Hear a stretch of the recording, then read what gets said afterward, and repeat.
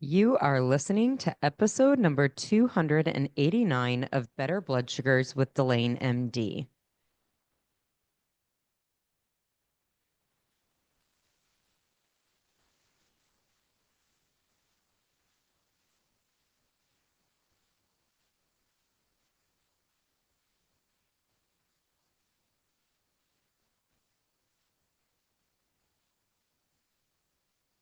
Hey there, and welcome to the podcast. I am so glad you're taking some time for you and for your health, and I feel privileged that you're spending it with me.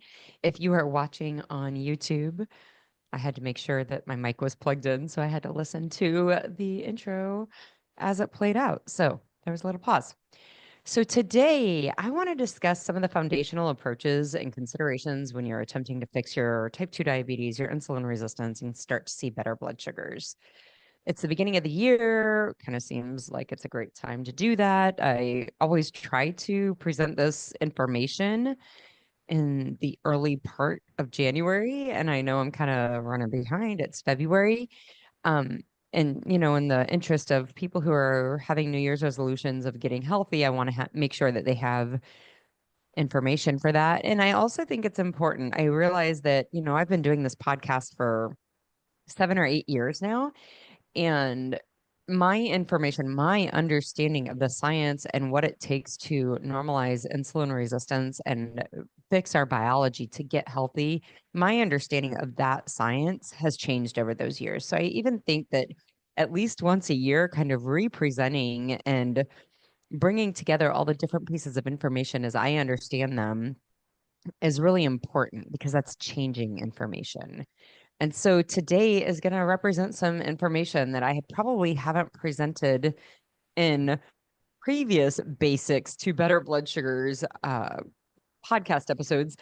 This information may be a little different, and that's okay. That just really represents kind of my understanding and the changing of my understanding as new information is available. So we're going to discuss the basics. We're going to discuss what it means, what's really meant by insulin resistance, what strategies that are going to help improve your insulin resistance. And then we're going to talk about what can be expected in the process, how long it takes, what's normal during that healing process. All of this was prompted by an email that I received from a listener. So, again, if you haven't ever emailed me, if you're having burning questions, or if you have something that doesn't seem to be working for you, if you want to share with me your success story, whatever it is, I love hearing from you as a listener. Do not hesitate to email me, Delane@DelaneMD.com. The whole purpose of this podcast is to help people understand that they do not need to be tied to the healthcare industry for the rest of their lives because of dietary things that they're doing that don't match their biology. If you're having a hard time getting that fixed, maybe you need to coach with me. Maybe that will help you. Maybe, but maybe you just need a simple question answered. Please send it to me, Delane@DelaneMD.com. I'm happy to answer any of that. Before we get started, I want to give you my typical warning about being medicated. If you have been medicated because of your type 2 diabetes, understand that your meds were started because of the way that you have eaten. If you change the way that you eat, the medications that you need are going to be different. If you don't change the medications and you do change the way you eat, you can end up quite sick. The kind of illnesses that look like ER visits, hospitalizations, possibly even death. And that's not why you're making these changes. So please, please, please get an open line of communication with your provider who's prescribed these medications. Call their office, find out how they want you to share your blood sugar logs with them, and find out how they will share medication changes with you. If you don't do this, you can end up very sick, and I don't want that for you, and you don't want that for you. So please call your provider and get that opened up, that line of communication opened up. If you're not sure what you need to be eating to produce better blood sugars, please go to my website and download the 14 Days to Better Blood Sugars guide. You can find that at delanemd.com/better, BETTER. Try that 14 days to better blood sugar guide out. It's very straightforward. It's 14 days of breakfast, lunch, and dinner menus. It has all of your macronutrients broken down.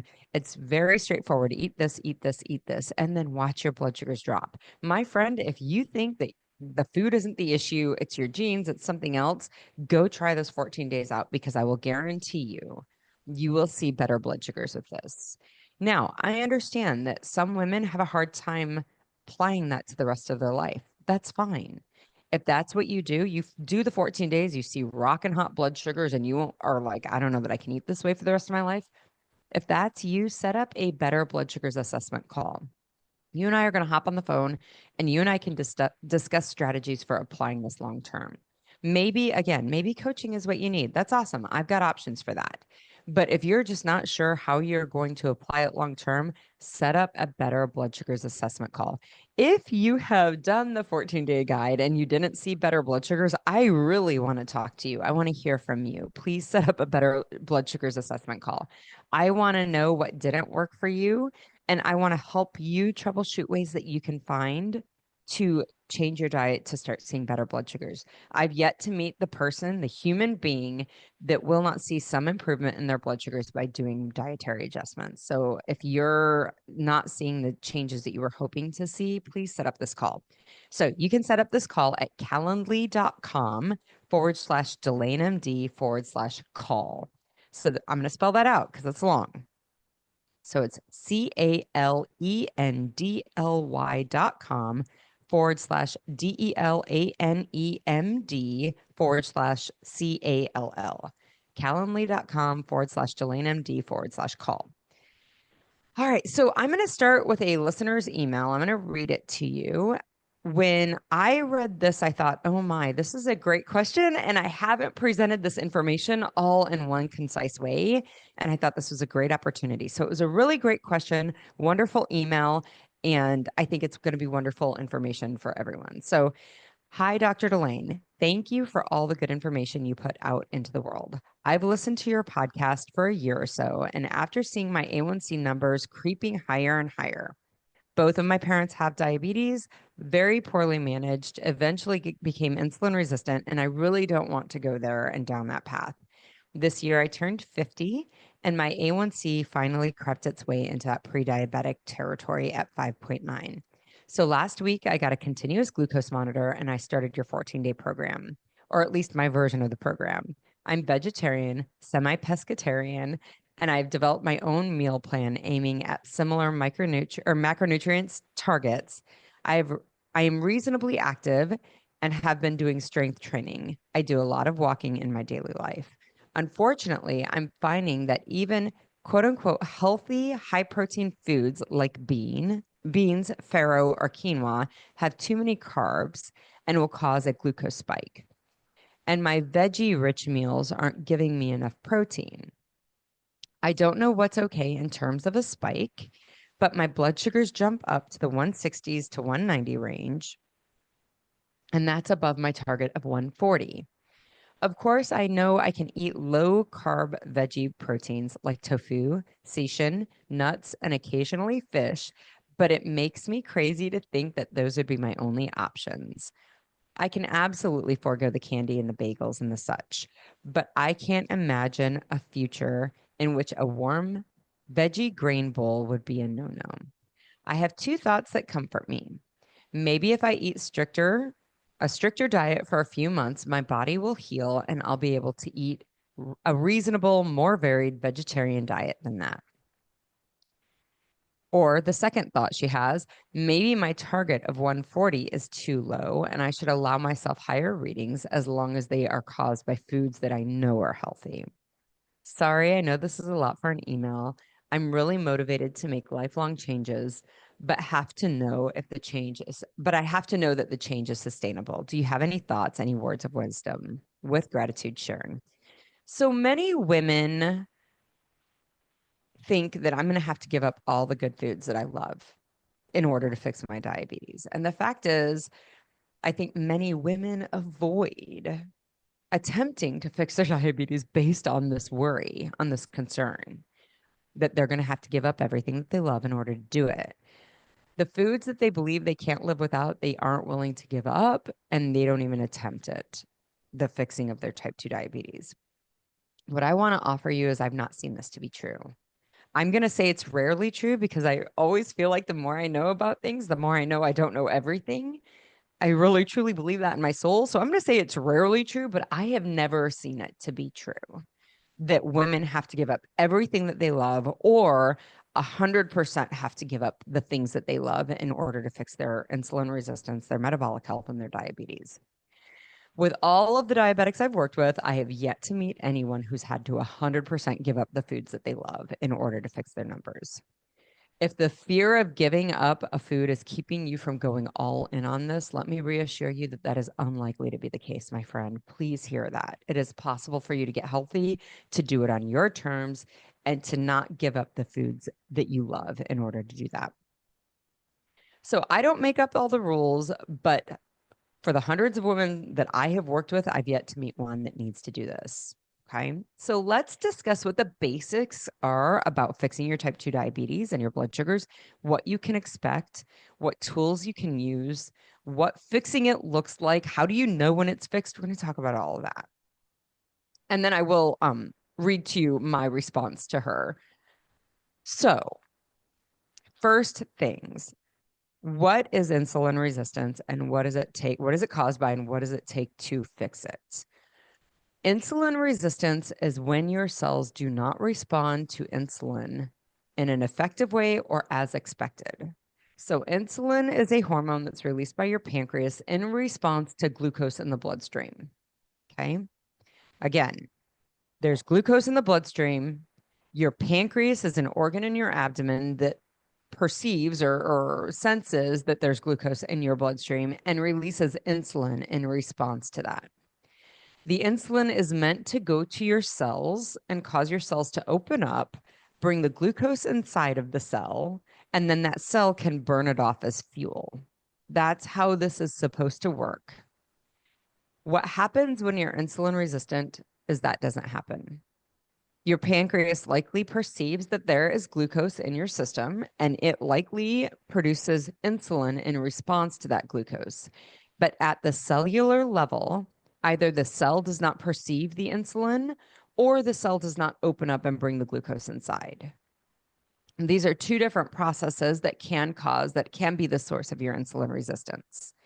So when our cells are overexposed to insulin for a prolonged period of time, the receptor, the part of the cell that is supposed to perceive insulin is present, becomes overwhelmed with all of the insulin that's there, and it just stops responding to it. I describe this like when your kids are like, mom, mom, mom, mom, mom, mom, mom, and you start to you drown it out. You don't even hear mom, mom, mom, mom, mom anymore. You are not responsive. You are resistant to the message that you're hearing from your kids. You just don't hear it. And in turn, you don't respond to it, right? So insulin works the same way. If you're overexposed to mom, if your cells are overexposed to insulin, similar to how you stop responding to mom, your cells stop responding to insulin. Okay. And that means that your cells do not open up. They do not bring the blood sugar in, the glucose in. They do not burn it as fuel. That allows the glucose outside of your cells to climb high. And that's what we as providers pick up as high insulin or high blood sugars, your elevated blood sugars, hyperglycemia, diabetes. That's what we call it. So that's one way that we know insulin resistance occurs. The other way that insulin resistance occurs is when your cells will bind the insulin, but they just don't open up in response to that binding. Okay. So what should happen is a receptor on the surface of your cell binds insulin, and then that binding sets off a message inside the cell that goes to another area of that cell membrane, of that surface of the cell, and tells a port to open up and bring glucose inside. That message that's supposed to go somewhere else in the cell on the surface and tell it to open and bring glucose in, it gets blocked. Okay. What causes that is typically what we know. I mean, there may be other ways that cause this, but what we know is ceramides, which are abnormal fats, kind of misbehaving fats inside the cell, block that process. So where do ceramides come from? Where does too much insulin come from, right? Where do these things, like what are we doing that's creating this? Processed food is the primary culprit for creating this in your body. And both mechanisms, whether it's overexposure for prolonged periods of time to insulin, creating insulin resistance, or whether it's that intracellular blocking of the messaging, both of those are highly associated with processed foods. Okay, so what is a processed food? What do I mean by a processed food?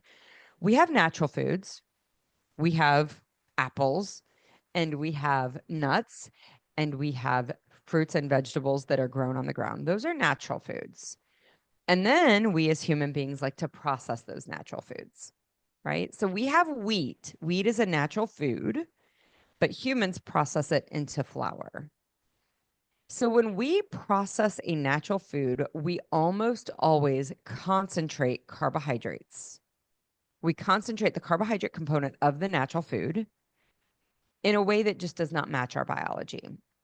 So when we take wheat, which is, there's going to be fiber, there's going to be macronutrients, micronutrients, there's going to be all these things associated with wheat, but we pulverize that wheat down into flour. That flour is the concentrated carbohydrate. We lose the fiber, we lose the micronutrients, and we just concentrate the macronutrient of carbohydrate in the form of flour. Now, yes, we add back like micronutrients, vitamins, minerals, and sometimes we add back fiber, but it is not the same as when that comes with a natural food. Another example is a strawberry. A strawberry is a natural food. It's God's candy to us, right? Like it's fruit, it's sweet, it's delicious. It's grown in a very limited amount on a strawberry plant, and it's amazing. And eating that strawberry, it's bound to fiber. It's got micronutrients, vitamins, minerals associated with it. It has polyphenols. It has phytochemicals. It has all of these things that are amazing that come in its natural form that are good for the human being. But what does the human being do? It takes it, it cooks it, and it makes a syrupy consistency with it, right? And when we cook it, we break down the fiber. A lot of times we lose the phytochemicals, we lose the polyphenols, we break them down with the heating of it, and then we make a jelly or a jam with it, right? That's the processed form of a strawberry is jelly or jam. I mean, there are other ways to do this also, but that's the example I'm using. In addition to breaking down the fiber, and then, of course, we're not just eating one or two cooked strawberries when we're having jam, we're eating many. So we're concentrating the carbohydrate component, taking away the micronutrients and the fiber. And then because we're human beings, we love sugar. So we add sugar to it. We are taking a natural food and we're concentrating the carbohydrate component and we're eating it. This is what gets us into trouble. That carbohydrate is what makes our pancreas sense glucose, right? We eat carbohydrates. I don't care whether it's a cracker or whether it's candy.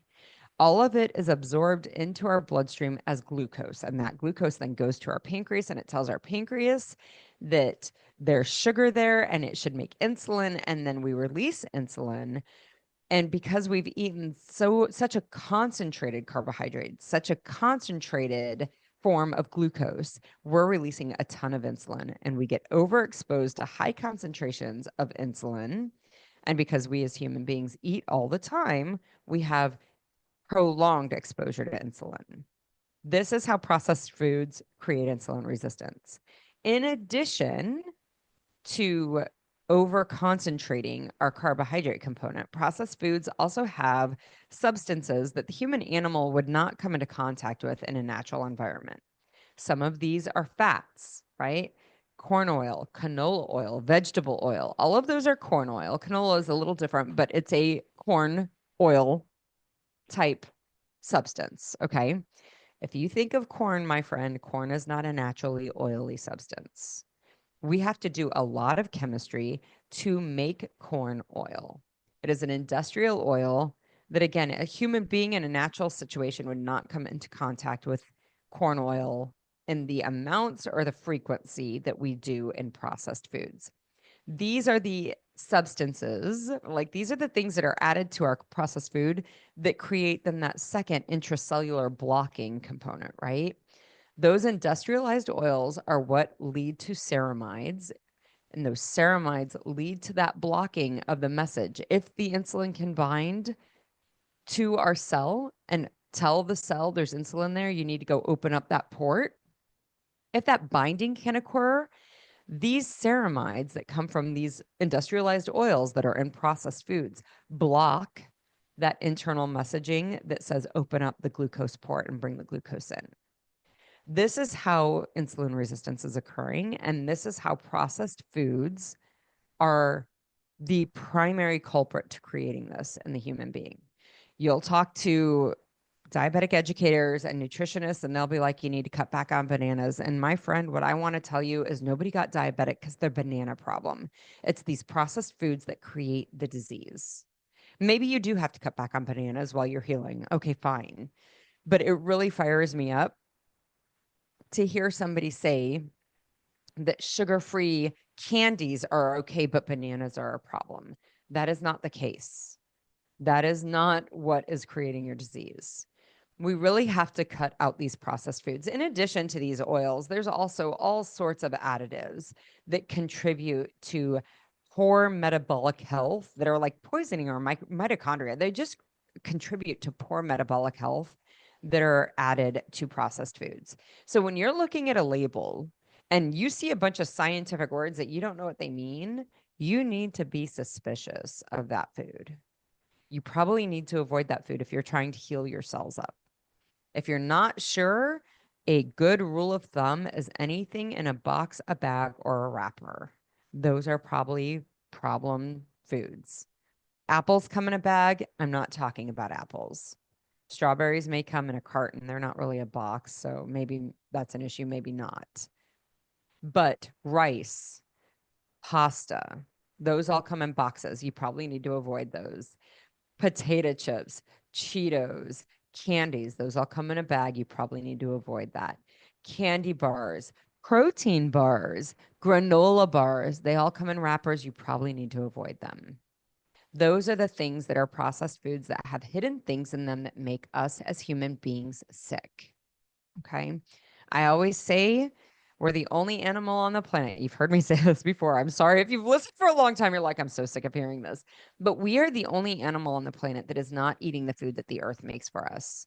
Squirrels do not get sick of acorns and ask for pizza at night, and deer doesn't get sick of grass and ask for Chinese food. We're the animal that says, yeah, I see your lettuce, your cucumbers, and tomatoes, but I'm going to eat Red Bulls and Doritos instead. That is the stuff that makes us sick. And it makes us sick not because the food is inherently evil. Maybe it is, maybe it isn't. But it makes us sick because it just does not match our biology. That's all it is. If you think of going to the zoo, zookeepers aren't taking the tiger food and feeding it to the giraffe because the tiger's food doesn't match the giraffe's biology, and the giraffe's food doesn't match the tiger's biology. We have to eat food that matches our biology. And if we're not doing that, we are going to be sick. And it's not because we're broken or genetically defective or anything else. It is because the food that we're putting in our body simply does not match our biology. Okay. So that is the first part. If you're wondering what insulin resistance is, that's what it is. If you're wondering what causes it, processed foods are your primary culprits that will cause you to be insulin resistant. Avoiding those foods is the answer. If you're wanting, I mean, it's just the requirement, and it's because it matches our biology. It's not because you're bad or you're good or any of that jazz. It just matches our biology. That food, avoiding it is what we need to do to match that biology. So the question that I typically get from women is, how long do I need to make these changes? And what I want to offer you is that it really takes consistently avoiding these foods for 6 to 12 weeks, depending on how long you've been diabetic and insulin resistant. You have to consistently avoid these foods for 6 to 12 weeks before you normalize your cellular function, normalize that biology. I liken this process to being sunburned. I think this is the easiest example to explain it. If you think of insulin as the sun and insulin resistance as a sunburn, you understand that if you go and become sunburned, it's your first day at the beach on vacation, and you get out in the sun and you're there for 8 hours and you're loving it. And then you come in and the next morning you wake up and your skin's red and tender. You've been sunburned. You have been overexposed to the sun. And the fix for that is staying out of the sun. There's nothing else to do. You just got to stay out of the sun. You got to let your skin heal up before you get back out in the sun. If you're insulin resistant, that resistance is similar to the sunburn. You have to stay out of the exposure of insulin until your cells heal up. Once they heal up, once your skin heals up, you can go back into the sun and you're not going to damage it more because you let it heal. But if you go out too soon and your skin isn't entirely healed up, you're going to re-damage it. You're going to make it worse before it can get better. Okay. The same thing has to happen with the insulin. You have to bring your cells out of constant exposure of insulin to let those cells heal up. Or if it's the ceramides, like you got to bring them out of the exposure to the processed foods is really what it comes down to, because that's what's causing all of it, right? You got to bring those cells out of exposure to those so that they can heal. But if you bring it, like if you bring the processed foods back in, if you bring the insulin at high concentrations, overexposure to that insulin, if you bring that back in too quickly, your cells are going to quickly be damaged again. They're not ready for that. No more than your skin would be ready to go back out in the sun after 2 hours and not being in the sun thinking you're going to heal it up. So you have to wait until you're entirely healed, and then maybe you can go back out in the sun. But if you overexpose your skin to the sun again, it's going to burn again, because that's just the biology of our skin. It's the same thing with our cells.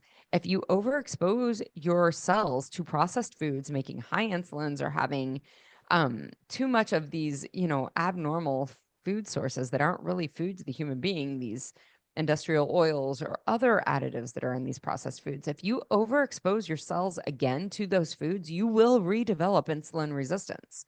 Not because you're broken, but because it's the biology we have to work within. So many women in one of these, and again, I'm going to answer the email that I got and make sure all of those questions in there are answered. But women often want to know, how do you know when the cells are healed? How do you know when you've done it? And what I want to offer to you, there are like one, because you're not eating the junk food. How do you know when you can start testing, getting back out into the sun again, seeing how it goes though? Your fasting blood sugars are going to consistently be below 100, really 95 or below probably. They're going to consistently be that low. You've probably experienced some weight loss if you reversed your insulin resistance. And this is because insulin resistance is hand in hand. Like what causes obesity is overexposure to insulin, usually for most people, 99% of people. Okay. So you're going to have normal fasting blood sugars. You're going to have probably experienced some weight loss. And then what we do, how do you know if you're still insulin resistant? Well, you challenge your body with a carbohydrate challenge. So when I work with women, we do this. We do a 75-gram carbohydrate challenge. You get to choose what your 75 grams of carbs are. Some women want to do it with a soda and a sundae. Some women want to do it with a burger and fries. Some women want to do it with whatever it is that they love. Awesome. Remember when I said you don't have to cut these things out forever? You don't, because we're going to do a carbohydrate challenge with it.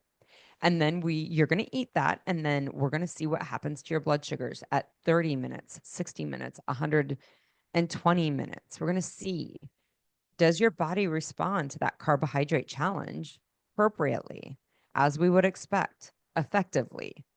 That's how we tell, if that's how you know, that's how we determine if you're still insulin resistant. So that is the strategy for learning how to do this. I do want to make sure you understand the skills for how you create this. How do you fix your insulin resistance? One, my friend, I need you to avoid processed foods. It is hands down the thing that is causing your insulin resistance. Now, if you've avoided, you're like, no, listen, Delane, I have cut the processed foods out. I've cut the crappy foods. I'm not eating those anymore. That is not the issue. Then I would ask you, how much muscle do you have? Those are the two things that will affect your insulin resistance most: the food that we eat and how we exercise, move our body, and build muscle on our body. Muscle is a metabolically active tissue. And that means that it is constantly wanting to burn glucose because that's its, fuel source. It can burn other things, but it wants to store, it wants to burn. Like muscle uses so much glucose, or easily uses so much glucose, that it actually keeps it stored in the muscle. So how much muscle do you have? This is one of the things that I always ask. If you are not exercising effectively or enough, if you are not building muscle, do not have a place to pull glucose outside of your bloodstream and store it. Remember, glucose in the bloodstream is sending a constant message, a constant stimulus to the pancreas to make insulin. And having too much insulin in your system is one of the primary causes of insulin resistance. So if you're seeing a fasting blood sugar of 105 or 110, it is likely because, you've made all the dietary changes. You're not eating junk food. That's great and grand. But if you're still running those fasting blood sugars in that abnormal, quote unquote, range, it is likely because your body doesn't have anywhere to store it outside of the bloodstream. And then my question to you is, how much muscle is on your body? If you only have a small amount of muscle on your body, and literally you can feel it, like how much muscle, when you flex your muscles, can you see muscle there? If you're saying, yeah, I see muscle there, awesome. Maybe we need to use it more. Maybe we need to get it bigger. Maybe we need to do some other things. But my suspicion, and what I have seen with the women that I work with, is if they do have that high fasting blood sugar on that 105, 110, maybe even a 120 range, is they need more muscle. I liken muscle to a closet. If you think of a closet in your house and you got stuff in your house that you want to get, you want to declutter your house. The clutter is the glucose, and the closet is where you put the clutter, right? Muscle is the closet. If you're wanting to take glucose out of the bloodstream and store it somewhere, you have to have bigger muscles. If you got a small closet, you can't store as much clutter. If you got small muscles, you can't store as much glucose. And as long as that glucose is still in your bloodstream, you are still sending a message to your pancreas to make insulin, and that insulin is going to keep you low-grade insulin resistant. You need more muscle. That's the other big lever. The food is one thing, the muscle is the other thing. Women want to know, how long am I going to have, how long is it going to take? What do I need to do? How do I know when it's fixed? We've went through how long it's going to need to take, 6 to 12 weeks. We went through how do you know what it takes, cutting the processed food, building muscle. Stress and sleep are two other really important things, but most women find that they will get 90% of what they are looking for with the results with food and exercise and building muscle. So what does it mean for you after you've normalized your biology? I love the women that are like, oh my gosh, my A1C has went from 6.5 to 5.4. I've lost 28 pounds. I feel better than I felt when I was 25. I love hearing this. But women often want to know, so how frequently can I have the junk food now, right? Like we always want to know. I know I can't go back to the way I was doing it, but how frequently can I do it? Because remember, I just told you, you don't have to cut it out forever, right? You don't have to do without all of your favorite foods for the rest of your life. You don't have to do that. So if you're asking this question, okay, after I've normalized my numbers, what does it mean going forward? I really want you to consider, what does it mean to you to be healthy? When you think of you as a healthy human being, what does it mean? The more I know about processed foods, the more I know that it's never healthy. Like there's no amount of it. I look at it like cigarettes. I still consume it, guys. I still eat it. It's not that I never eat junk food, but I never tell myself a little bit is okay, because it's not. I truly see it like a cigarette. One cigarette is never healthy, but one cigarette is not going to give me COPD or lung cancer. And the same thing is true. One Twinkie is never healthy, but one Twinkie never created anybody's diabetes. So with that in mind, I want you to really identify what it means for you to be healthy. For me, it means maybe once or twice a week, I indulge in something that I know is unhealthy, is really what it comes down to. I indulge in something that I know is unhealthy. That meets, like for me, I think that that's reasonable for being healthy. I also exercise almost every day of the week. I also really prioritize my sleep. I also have learned to let go of things that stress me out because it's not worth it. Those are the things for me that identify what it means for me to be healthy. Okay. I want you to identify what that means. Once you have clearly identified those four pillars, food, exercise, sleep, and stress, what being healthy in those four pillars look like for you, then I want you to try it out and test your numbers. It's that simple.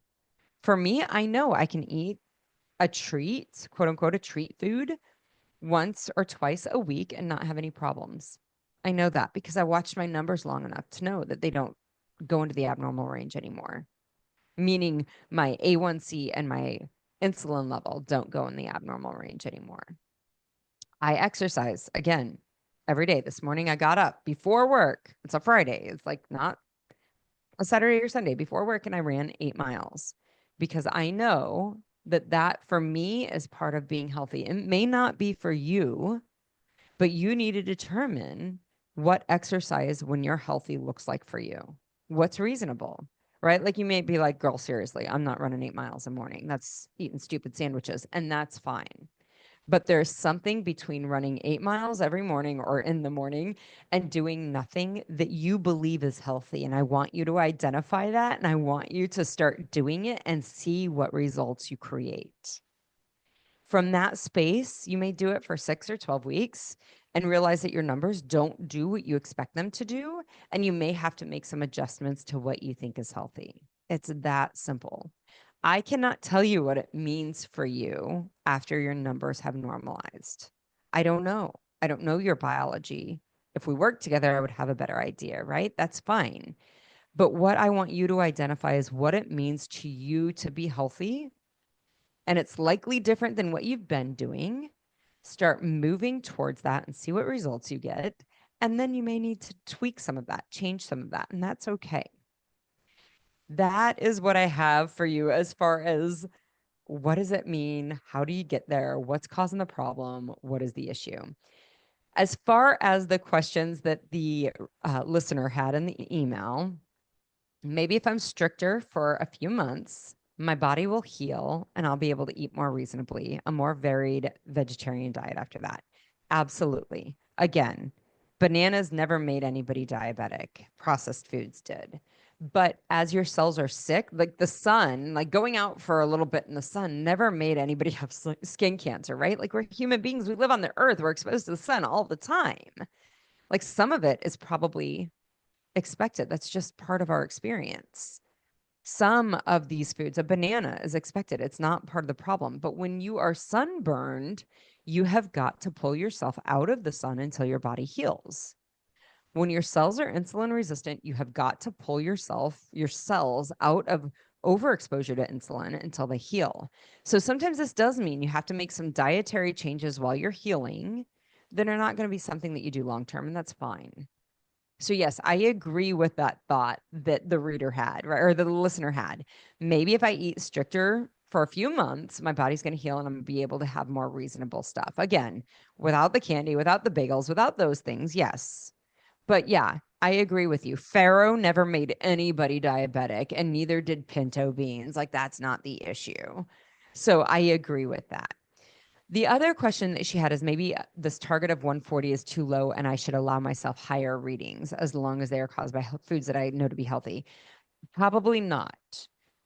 A blood sugar of 140 2 hours after a meal is right on the border of what is probably reasonable. Okay. Keep working to bring that down. Now, if you jump to 140, 150, 160, 60 minutes after eating, that's probably not abnormal. Okay. People ask me all the time, how much should I allow it to go up? There is no great data to say X number of points. I am keeping looking at that. If you come across something, please send me a message, Delane at DelaneMD.com. I want to hear about that. But the data out there about this is difficult to come by. And people are like, well, it shouldn't jump more than 30 points. And I'm like, well, if my fasting blood sugar is 80 in the morning, so I shouldn't jump more than 110, that doesn't make sense to me. So I don't know that I feel that 150 or 160 within the first hour, hour and a half of a meal, like a banana or an apple, is abnormal. But definitely at 2 hours, you should be below 140, probably closer to 130, 135. So I don't know that releasing that expectation is the answer. You may have to cut some of these higher carb foods out while you're allowing your body to heal. I think that makes more sense. So I hope that's been really helpful. Certainly, there's a lot of information in here. If anybody has any questions, I always want to hear about them. Send me an email, delane@delanemd.com. I'm happy to answer anything. I will be back next week, but until then, I want you to keep making the choices for your health, your longevity, and your vitality. I want you to keep listening and let me know if you have any questions.